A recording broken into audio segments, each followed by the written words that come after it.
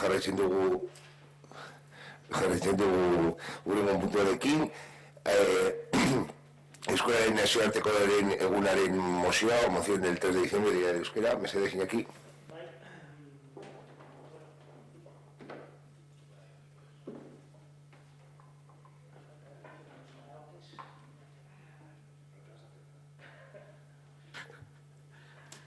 Bueno, irakurri duzu eta azkarren, Ortuellako udalaren adierazpena instituzionala Euskararen nazioarteko egunaren harira. Egia da, euskaltzale eta ekintzaile askoren eta herri erakundeen ahaleginak ez direla alferrikakoak izan, eta euskara orain dela 50 urte baino hobeto dagoela.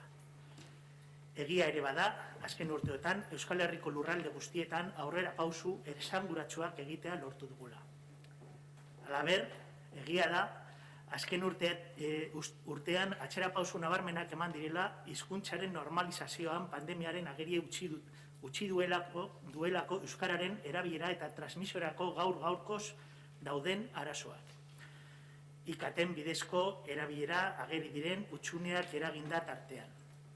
Hezkuntza sistemak ez duelako bermatzen ikasleak sistematik euskaldun oso gizara atera izatea, edota kale erabilera behera egingo duelako. Honi ezinbestean eraintzi behar diogu epaitegitatik datorkigun berria.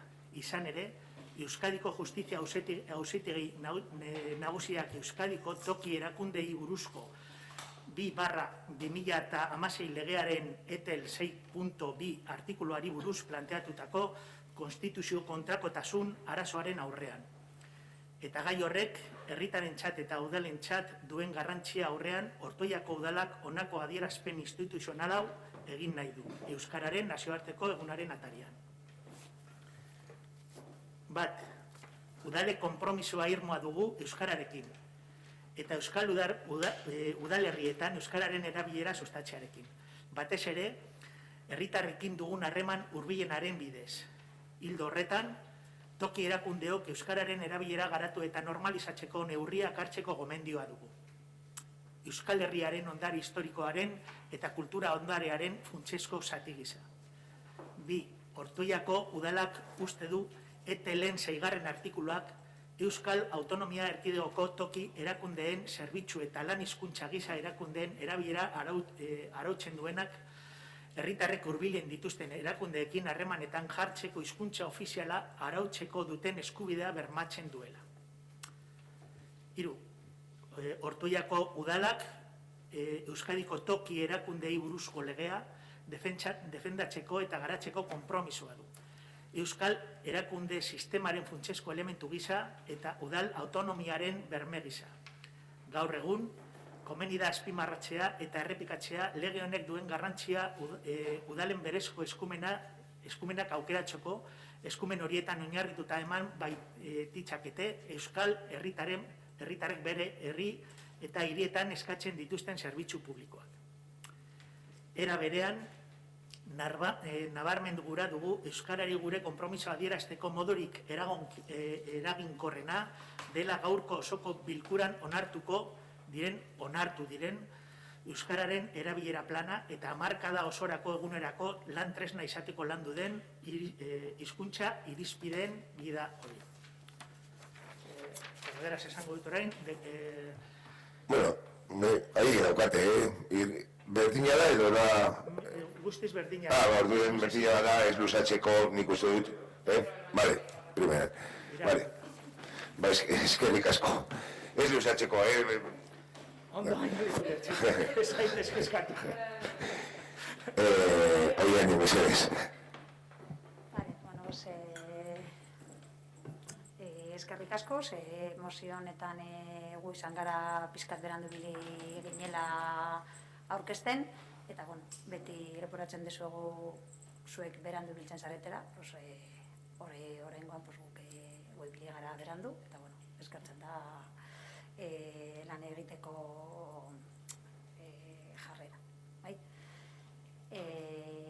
Bueno, decía, por no liarme mucho, luego me enrollo, que esta vez fuimos nosotros los que presentamos un poco tarde la moción, siempre os echamos en cara que vais tarde vosotros, pues bueno, pues de vez en cuando nosotros también hacemos las cosas regular, y agradeceros que pues hayáis tenido disposición para juntarnos y acordar el texto que se ha leído. Euskaldun hizkuntza eskubideak errespetatuak eta horren esatasunean garatuak izan daitezen eragile guztiok ahaleginak eta bi egin behar dugu, egunero, ez soilik tokatzen denean. Osoko bilkura honetan onartu ditugu normalizazio plana eta hizkuntza ofizialek erabilera irizpideak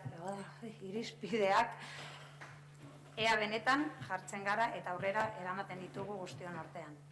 Gaur, adierazpen honekin guztiok ados egongo gara. Baina arestian aipatu dudan bezala, espero dugu pasoi batean ez gelditzea.